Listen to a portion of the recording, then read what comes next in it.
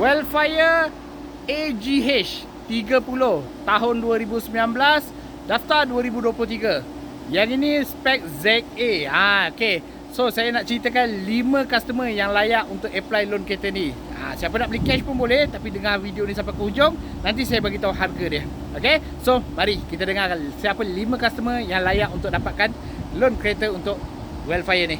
Yang pertama, customer yang makan gaji, make sure gaji kena 4,000 dan ke atas. Okay. Yang mana customer yang bekerja sendiri, meniaga, make sure SSM lebih setahun. Kita nak tengok 6 bulan bank statement. Keluar masuk mesti melebihi 30,000 ke atas.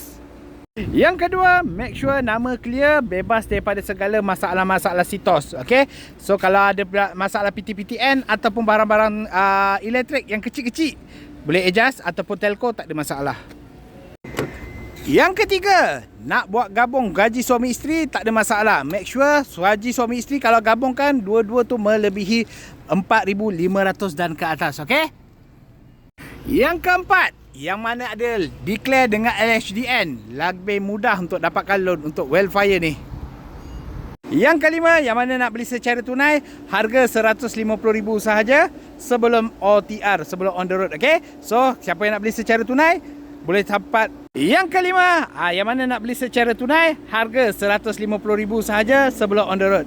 So kalau kau nak dapat harga on the road, nak saya buat kira-kira, wasabi dengan saya dekat nombor yang ada kat dalam profil. So yang mana nak loan bulanan lebih kurang 2,000 je, 8 tahun loan, boleh terus submit loan dengan saya kalau kau ada dalam kelayakan ni. Okay. So kalau kau nak cuba loan saja, tak ada masalah, terus buat call dengan saya atau PM dengan saya, nanti saya buat semakkan loan untuk korang. Okay. Nak mencari kereta terpakai, boleh cari saya Syarin di Mafoto. Assalamualaikum guys.